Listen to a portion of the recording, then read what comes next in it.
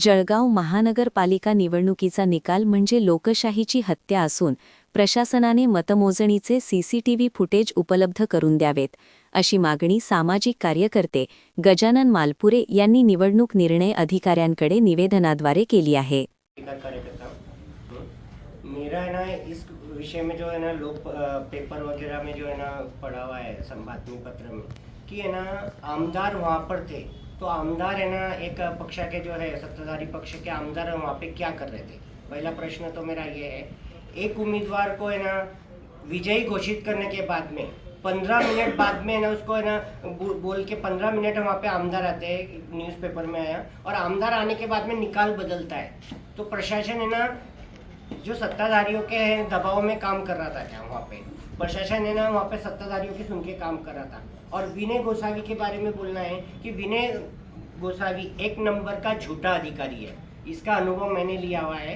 एक प्रकरण में मुझे 11:30 बजे बुलाया गया, लेखी पत्र था, और बाद में उन्होंने पत्र लिखा कि तुमको 11 बजे बुलाया गया था म्हणजे, और ना उसकी मैंने ना पुलिस में उस समय तकरार भी की है, मेरे पास तकरार भी है। तो विनय गोसावी एक नंबर का झूठा अधिकारी है। वो कभी भी झूठा सत्ताधारियों के चाटने के लिए बैठा हुआ है क्या, ये प्रश्न है मेरा कि सत्ताधारियों के लिए ये है। और दूसरा है ना भ्रष्ट अधिकारी है वो एकदम, ये मेरा बोलना है उनको। और मैंने ऐसी तकरारें भी की हुई है, भ्रष्टाचार की उसकी तकरारें भी की हुई है। और दूसरा है ना एक उम्मीदवार का ऐसा आया हुआ है कि है ना उसको खुद का 0 मत मिला हुआ है। उसका बोलना है दूसरों के घर वालों का जाने दो, मेरा खुद का मत भी मुझे नहीं मिलेगा क्या। जो खुद का तो मतों में भी हेरा फेरी कहीं ना कहीं दिखाई दे रही है यहाँ पर कि मत किधर गए जा रहे हैं इसके अंदर। कई उम्मीदवारों का ना जो मत है वो है ना मत भी है ना गायब हो रहे हैं। तो ये किस प्रकार से हो रहा है ये कि ना जो मत मोजनी के टाइम पे खुद जो उम्मीदवार है उसको 0 मत मिल रहा है। ये पहली बार वो हो रहा होगा कि खुद का मत भी खुद गायब हो जा रहा है। तो ऐसे अनेक बातें जो है, जो प्रशासन है ना, अगर है ना लोग अगर चुप बैठे रहे, अगर यहाँ पर जो जनता अगर चुप बैठी रही तो है ना ये जो लोकशाही के लिए धोखादायक है। और है ना एक प्रकार ऐसा आएगा कि है ना आगे जाके एक लोगों का ऐसा बोलना है, हमारा ऐसा सोचना है अभी ऐसा कि आगे जाके बीजेपी सिर्फ टेंडर पद्धति जो निकालेगी, या इधर टेंडर इधर उधर भर दो और है ना हो गया निकाल, म्हणजे ना प्रशासन बोल देगा कि ये निकाल हो गया हुआ है। इस प्रकार से भी हो सकता है। तो हमें इसके विरुद्ध में हुकुमशाही पद्धति से ये निकाल लगने के आगे की वाटचाल पूरी चालू है इनकी। तो ऐसा न हो, इसलिए ना हमें ना प्रत्येक नागरिक ने ये इसके लिए आवाज उठाना चाहिए। पक्ष कोई भी, मैं पक्ष का कोई भी वो नहीं करता हूँ, लेकिन है ना नागरिक बोल के मेरा विरोध है और मैं ना इसका निषेध करता हूँ। पहिले त्या चैताली राहुल पाटील सोनवणे तिला जाहीर केलं, तिला सर्टिफिकेट ठाकरे तिला सर्टिफिकेट घ्यायला बोलवलं आणि नंतर म्हणतात तू 137 मतांनी हरली। ही कुठली लोकशाही आहे? या सगळ्या गोष्टींचा कुठेतरी वापर व्हायला पाहिजे आणि या अधिकाऱ्यांवर कारवाई होणं गरजेचं आहे, नाहीतर या राज्यातली, देशातली, जळगावातली लोकशाही संपलेलीच आहे। संपणार आहे असं मुळीच म्हणायची गरज नाही, संपलेली आहे। ज्या पद्धतीने आज लोकशाही, दंडुकेशाही, हुकुमशाही चालू आहे, आज एखाद्या पक्षाच्या माणसाने मर्डर केला तर त्याची फिर्याद सुद्धा घेतली जाणार नाही, आणि एखाद्या माणसाने चापट मारली तर त्याला फाशीवर लटकवलं जाईल, अशी परिस्थिती आज आपल्या देशातली, राज्यातली। दूसरा है ना इसके बारे में एक मत ऐसा भी है कि जो है ना जो निर्विरोध चुन के आए हुए, बिन विरोध जो चुन के आए हुए हैं, उनका है ना उनके विरोध में ना नोटा का अधिकार लोगों का अबाधित है। सुप्रीम कोर्ट ने ये बोला हुआ था 2013 में कि नोटा का अधिकार जब है ना दिया हुआ था, तो है ना ये नहीं बोला हुआ था उसके अंदर, नोटा के अंदर, कि है ना कितने उम्मीदवार होंगे तो है ना होगा। अगर नन ऑफ द अबाव मतलब है ना ऊपर के में से कोई नहीं। अब ऊपर कितने होना चाहिए ये नहीं बोला हुआ था, ऊपर ये बोला हुआ था नन ऑफ अबाव। तो एक भी हुआ तो भी नोटा का अधिकार देना चाहिए था, और 10 भी हुआ तो नोटा का अधिकार देना चाहिए था। मैंने है ना इसके विषय में ना PIL भी दाखिल करी हुई है, संबंधित अधिकारियों को पत्र भी दिया, संबंधित अधिकारी ने दखल तक लेने की गरज नहीं पड़ी।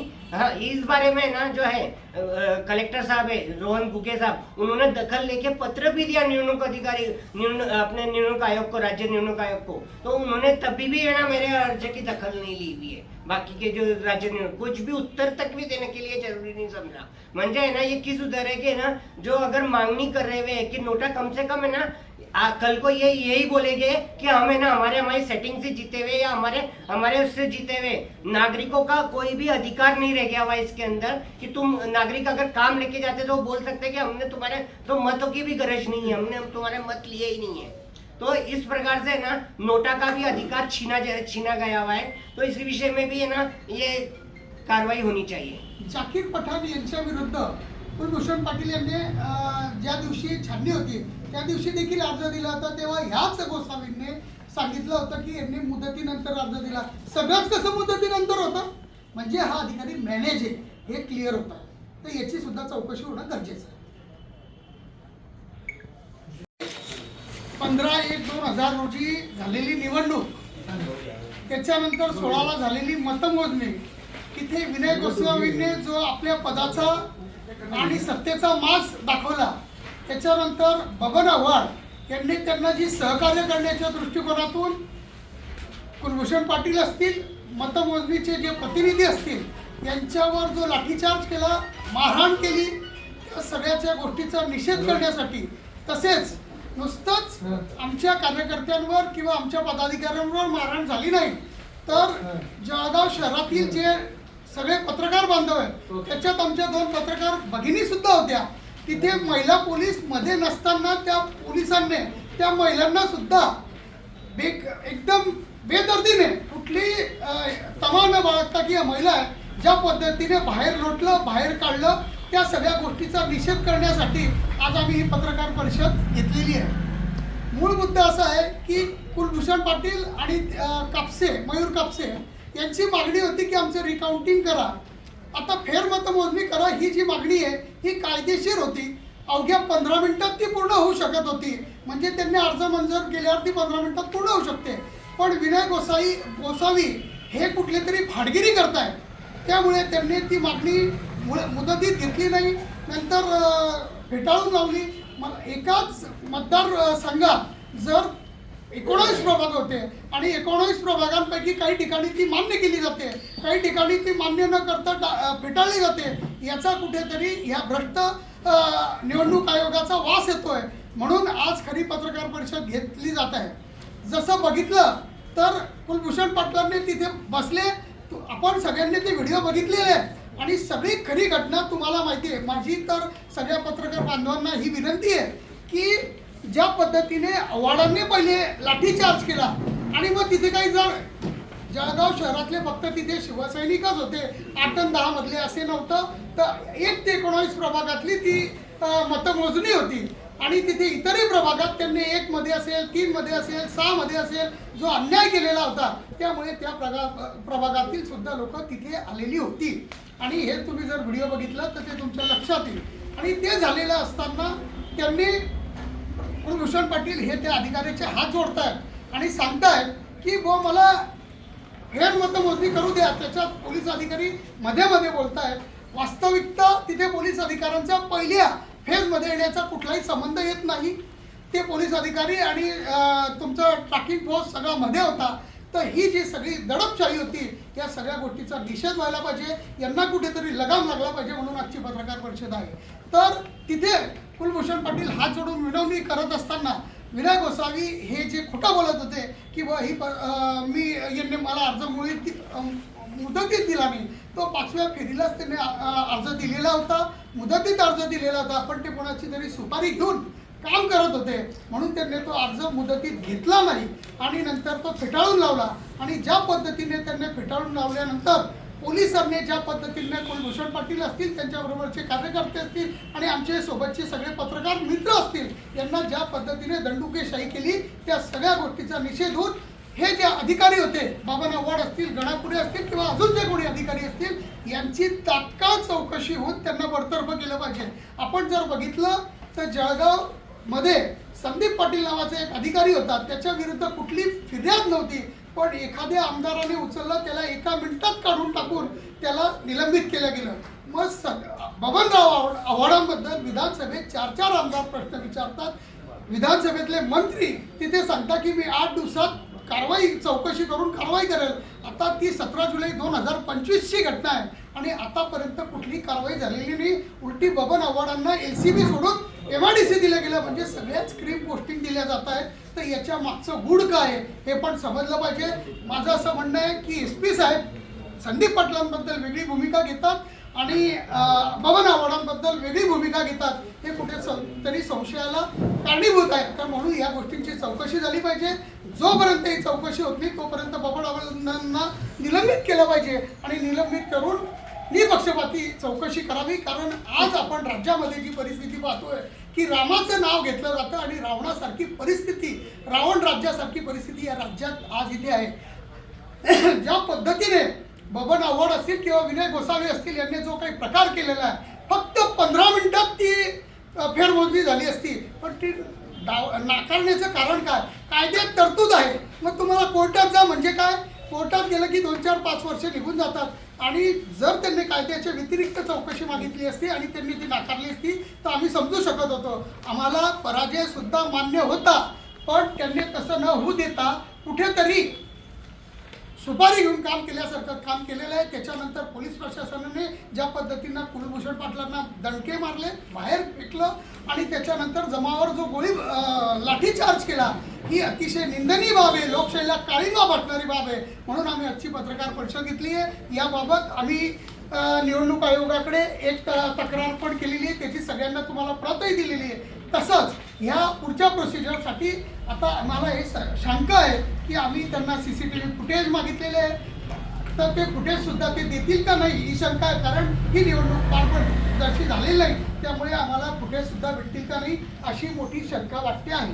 त्याच्यानंतर फुटेज मागितलेले ज्यांचे दुसऱ्यांचे जे फेरमतमोजणीचे अर्ज होते ते स्वीकारले गेले आणि यांचे स्वीकारले गेले नाहीत. याच्या मागे नेमकं कारण काय? असं काही अधिकाऱ्यांना सांगण्यात आलं होतं का की सत्तेतल्याच लोकांचे स्वीकारायचे, बिगर सत्तेतल्या लोकांचे स्वीकारायचे नाही, अपक्षांचे स्वीकारायचे नाही, असे जो दुजाभाव झालेला आहे किंवा अपार्शल भूमिकेतून जी यांनी काम केलं आहे यामुळेच ही पत्रकार परिषद घेण्यात आलेली आहे. त्याच्यानंतर बबन आव्हाड यांनी जे गुन्हे दाखल केले, सगळे माझे पत्रकार मित्र तिथे हजर होते.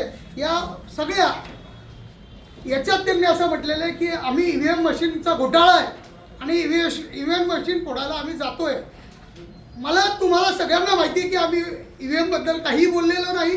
आमचं म्हणणं होतं जे काही चालू आहे त्याच्यात फक्त तुम्ही फेरमतमोजणी करा एवढीच आमची मागणी होती. ही बोगस आणि कायद्याची पायमल्ली करणारी आणि स्वतःची दंडुकेशाही दाखवणारी ही आपल्याला अधिकाराचा दुरुपयोग करून ही फिर्याद आमच्या विरुद्ध दिली गेलेली आहे. मग जर अशी फिर्याद दिली जात असेल तर लोकशाही मार्गाचा हक्क कोण आहे? आणि अशा अधिकाऱ्यांना खरं तर तात्काळ निलंबित निवडणूक आयोगाने सुद्धा केलं पाहिजे जर तुम्ही पारदर्शी निवडणूक पार पाडायची असेल. कारण पुढे ही निवडणूक झाल्यानंतर जिल्हा परिषद निवडणूक आहे आणि जिल्हा परिषद निवडणुकांमध्ये विनय गोसावीसारखे बोगस अधिकारी जर तिथे राहिले तर मला वाटतं निवडणुका पारदर्शी होणार नाही.